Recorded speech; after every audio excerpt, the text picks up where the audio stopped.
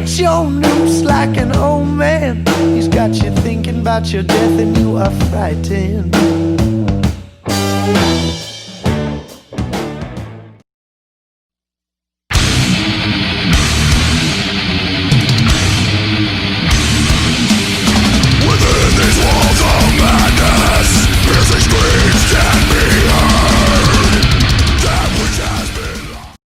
Hi guys to everyone. Today we are with Michael Border, bassist for Massacre, historical death metal band.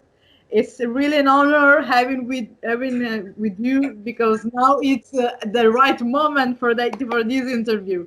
Thank you, Start Miss A. Thank you. Starting straight with of course with the most common question we can say. Massacre is an historical band and most of people know the history, but for the newbie fans that they are, maybe start knowing you right now, what could you tell about that shortly, like a shortly story of the band? Story of the band. We're just four kids that got together and started playing music together. I mean, we were 18, 19-year-old kids and said, "Hey, let's start a metal band." That's just all. It really, it's all it was. That's great. I mean, And go ahead. I'm okay, sorry, I'm having trouble hearing you. okay, I will speak louder. I would say that history of massacre is close with the first, we can say, that with Mantas, with that period. Yes. What could you tell about that period? Well, like Massacre was me, Billy Andrews, Alan West. He went on to play with Obituary for a while, and a couple other guys. And Mantis' death had broken up for a while, and we needed a new guitarist. Alan wasn't working out, and we found Rick and Cam, and they came over and joined us within a matter of months. That's So, I great. mean, That's good. That's because this were really, I think, a good period for that metal and metal, yeah. of course. Oh, Yeah, it sure. was fun. It was new and exciting. I mean, remember Yeah. when we first started playing music, Iron Maiden was the heaviest band in the world. And we were all like, all right, let's make this heavier. And then we heard Cam's voice and what it sounded like, and we were like, yeah, this is what we're going to do. Yes, heavier than the heavier instead. It was Okay, heaviest, but heavy. We got together and we were like, all right, we want to be the heaviest band in the world. That's really the way that's we thought. awesome. That's awesome. And that's what happened. After several demos, Far Beyond was released. Hmm. How much this album had an impact for the Floridian death metal scene? I'm sorry, I couldn't hear you for a second. I say that after several demos, Far Beyond was released. How much this album had an impact to the Floridian death metal scene? I'm having trouble understanding you. I think you asked what was the impact of From Beyond. Yeah, yes, Okay. yes. On the death metal scene, yes. Yeah, by the time From Beyond came out, I was no longer in the band, but I still had people contacting me constantly. I was playing with other people down in a band in Miami by then. Um, what's impressive to me is the album's 34 years old, and we still meet people that think it's like one of their favorite records. Like people still Yeah, want to hear those. People want to hear those old songs that we all wrote when we were, like I said, 18-year-old kids. yes, for sure. We're And back like, then, cool. Like we guys that weren't even born when we wrote those songs that want to play those songs with us. So yes, it's in Sicily it's like that because here most of the people listen to that metal band, so they took inspiration from the Floridian death metal, Massacre, Morbid Angel, all this stuff because we have only death metal in Sicily, so it's a different world. Back then, I was working with Camille and Rick Ross. how long or I how long? was, I was with, How was I it? was, yeah. How was it working? I enjoyed it. I really did. I mean, when we were, like I said, when we first got together, it was a lot of fun. I mean, we were four friends. We were like a tribe. We were like a gang of guys playing music together. And this second go around, we had a couple years. They called me up. They're like, "Hey, we're getting the band back together." And I was like, "Okay, well, what do we do?" I was like, "Well, we're going to play some shows." I was like, "All right, that sounds like fun." Um, and problems showed up early on, and it wasn't as fun as it used to be. Me and Cam still get along really well, but some people just have habits they can't break, and it got in the Yeah, way. sure, sure. You are basically in the band since the beginning. I Yes. was uh, I was being there since the earlier time. I'm sorry, I didn't understand you. I said that how I was being in the band since the beginning. I Oh, the mean, band. like one of the founding member. You are basically. What kind of scene was it in the beginning? I was you being there since the Oh, beginning. honestly, we didn't know what we were doing. Like I said, we were just out there doing our thing. We lived in Tampa. There was no scene for what we did. Um, Yeah, it was. I will say it was exciting at the time. It was cool. I mean, now remember, this was in the late '80s. There wasn't internet. We all had fanzines, and you didn't get messages on Facebook from people telling you, yeah. "Oh, we love your song." You would get letters with $3 in it, where people would buy our tapes, and that That's was awesome. That was there was awesome. I a mean, the yeah. fans, they would send you a letter with a couple dollars in it to buy your ticket. It was an effort on their part to hear that music, and these people now don't understand that. Yeah, I think that was really a better thing because there was really like I can say more effort in the passion of for music that right now.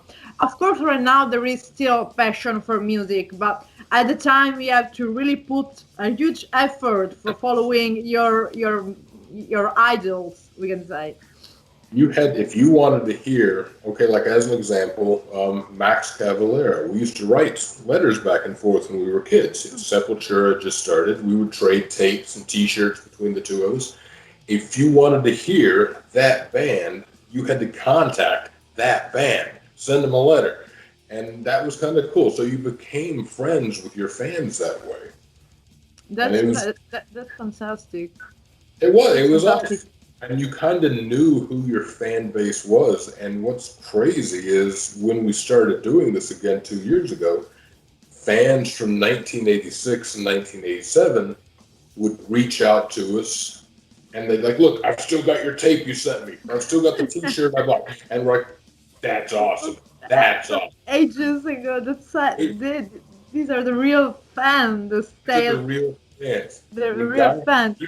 people would come up to us at the shows we played, like when we were in Germany this last February, and they would have, like, me and Cam would write letters to our fans when they would buy our tape. Thank you, blah blah blah. We put it on the back of an old That's flyer, awesome. and they would have those flyers. They saved them Yeah, all these years, and we're like, "Well, thank you. That's kind of crazy, but thank you." yeah.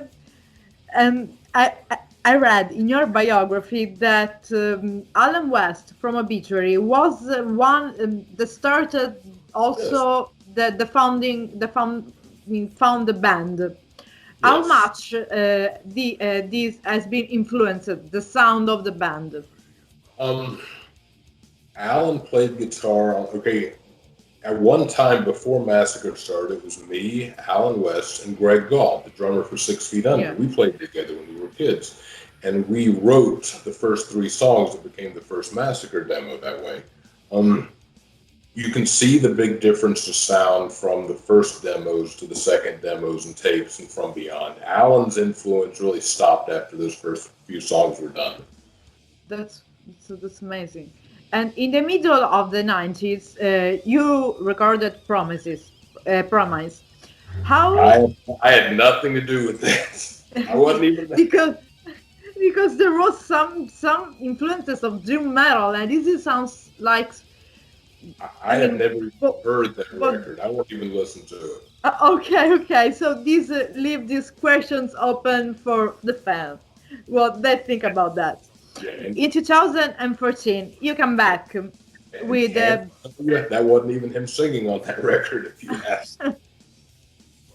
in, in 2014, you came back with Back from Beyond with with a new lineup. What is changed? There is also has been an evolution, like in the sound. Or you stay a loyalty to the old sound. Okay, the Back from Beyond album, neither me or Cam had anything to do with that either. Um, I honestly have only listened to a couple tracks. That was Rick playing with Terry Yeah. Butler and Mike Mazzanetto on drums. I like Mike; he's a nice guy. And I forgot it was I can't remember who sang on that. We we are really trying with what we're doing now, especially with the two new guitars we've lined up, to go to that old 80s sound. That is what our fans seem to want. They don't want us to go out there and play Yeah. new metal. They don't want us to be more progressive. They don't want us to be modern and overproduced. They want to bang their heads and act like idiots. That's what our fans want. That's amazing. So I, speaking and we about want that. And here's the thing: that's fun for us to be that way. I mean, if to try and be something we're not is not going to work. no, no, you have to be your own self. You have to be Like yourself. You have to be yourself. And yes, because this is what marries music, being honest and genuine, like you were at the beginning until now. I mean, always. And speaking about the present, because today I read, I mean, there is a return of Massacre. So, what can you say about that? we've written about half the new record. Well, Yeah, we had two guys playing with us for the last year, and we recorded the whole record that's supposed to come out on Halloween. And there was just a on lot of Halloween.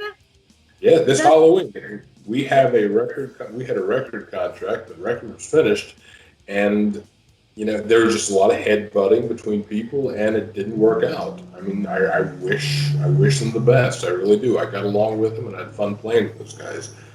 Um, but we decided to call it a day, and we've got new people to help us out, and we're recording a new record right now as we another speak. way. I've actually been doing my part today.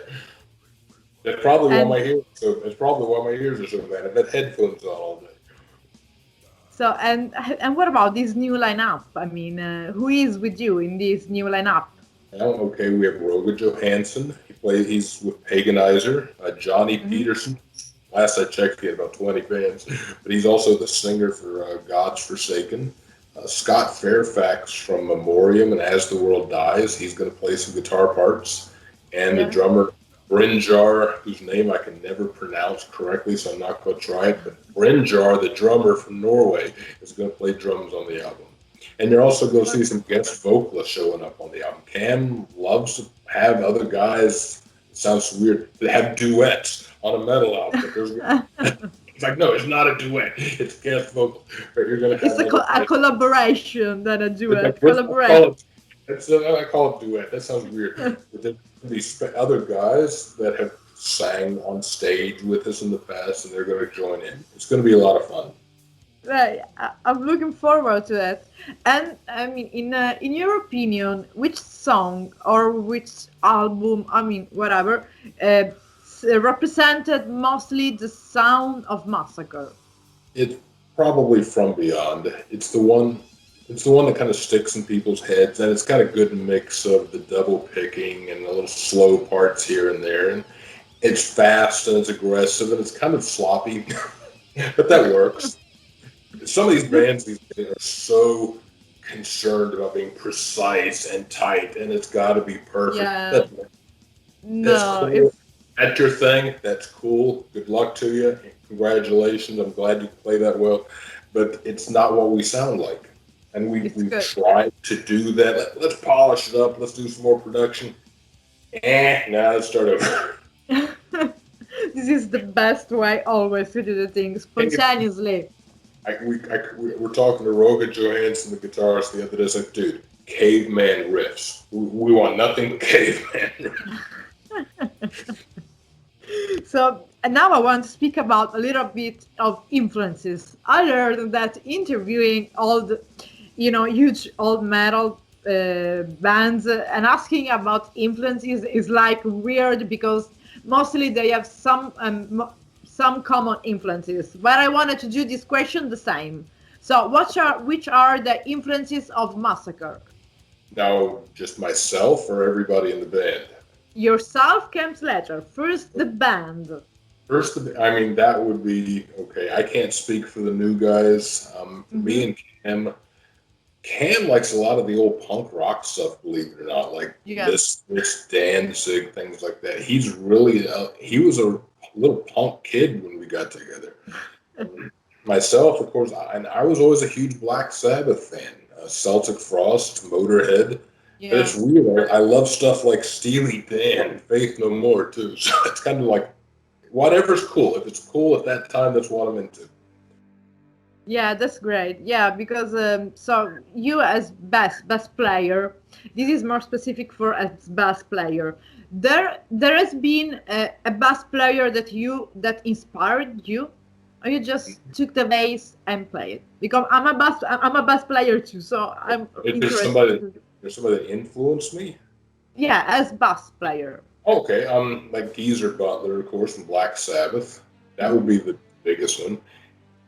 And as far as like modern guys, as like new bands that you hear, it's Yeah. not a new band; it's been around for 30 years. But Gary Mader from I Hate God, because he just nothing but low end. I love it, and I don't like the band Tool, but I love the way that guy plays the bass. Oh yes, they are Like really good at Duke they could technique. turn that they could turn that voice off and just be bass and drums and guitar. And be like, that's a cool band. I agree. I completely agree. And right now, just a random question, and we just changed the role. You are an organizer, okay? So you have the chance to planning a tour by your own. You can decide in which country you want to go and which band you want bring with you. How it will be this tour? Now, what country do I want to go to and which Yeah, band? it could be one country or just a You know, continent. Just you are an organizer. It's up to you. okay, you know who we really want to go to Japan. First, Cam wants to go to the new Godzilla thing. Have you seen the Godzilla theme park in Japan? Yeah. He's nuts with it, and I want to go to Japan because I'll feel like Godzilla when I get there because I'm about twice as tall as everybody in Japan is. Um, and I would like to take a non-death metal band with us. I'd like to go with like the Melvins. Just something real That's heavy and sludge-like and different. And I think that's you go to some of perfect. the shows. There's some shows you go to, and there's like four death metal bands, and they all sound exactly alike. And at the end of the night, you're like your ears are just wiped out. You can't hear anything anymore. I Yeah. like it. There's different stuff.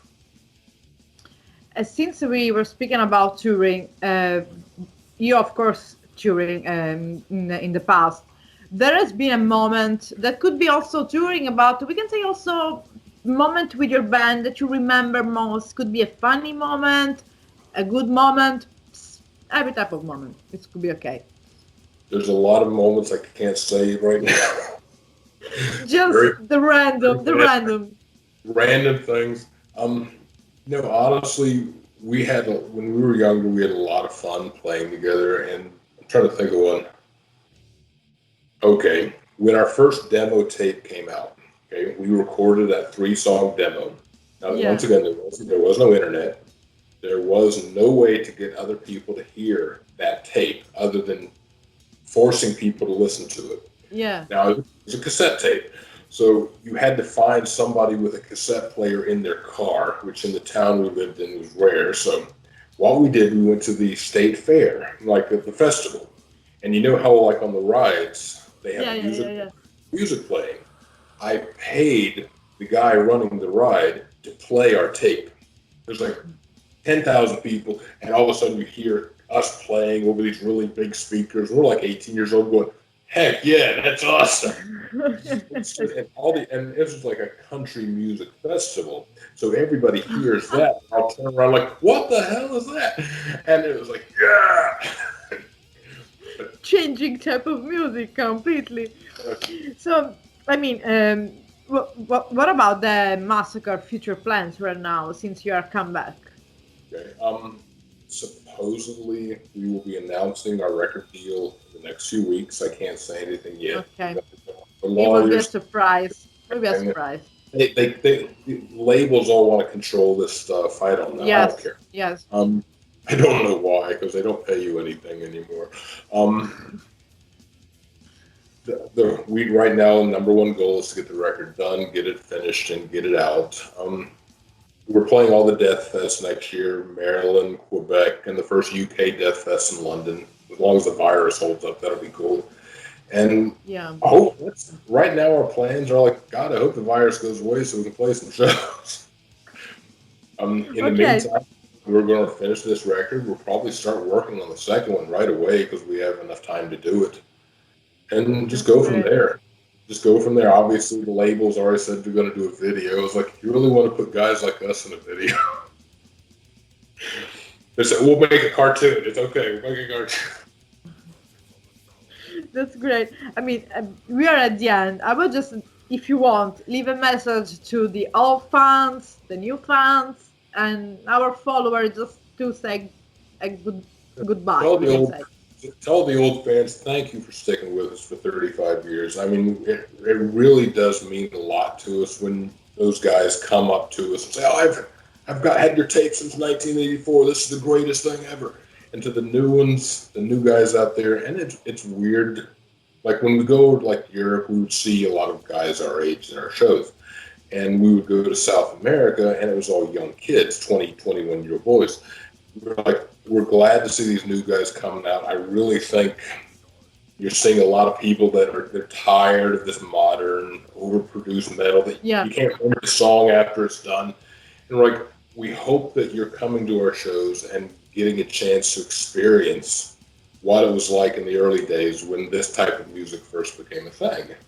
And it was great. You'd go to these places that had never had a metal show before, and we just destroyed the place. Bar owners sitting like, oh my God, what's going on? And we hope these young guys are getting to experience that now. So, I mean, it was a really pleasure to have this interview of this huge return, and I hope to see you. I don't know, in Europe, hopefully one day. Right now we're talking about late April. Yeah. Hopefully that's going to happen. God, I hope. I'd love to play before it's all over.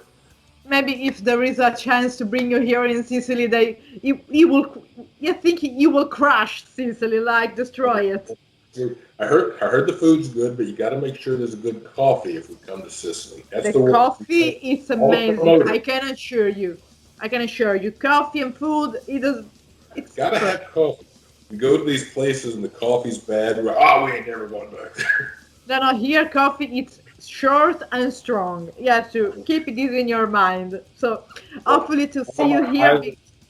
I want my eyelids to flutter. Yes, because here people really love death metal, and they are really the roots of all death metal. The base of death metal. So hopefully I hope to see you soon in some gigs and festivals. So thank you so much, Michael. It's been a pleasure, and hope to see you soon then. Take care and stay safe. Bye.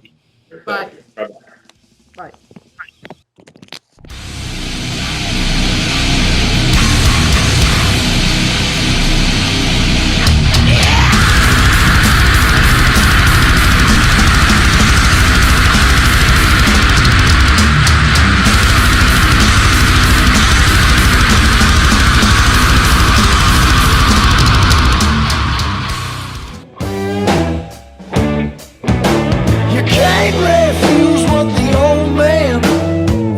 To the preacher during the sermon, he's a saint to the fools of the old land, but we can see straight through the tricks that he is turning. He'll speak, but you gotta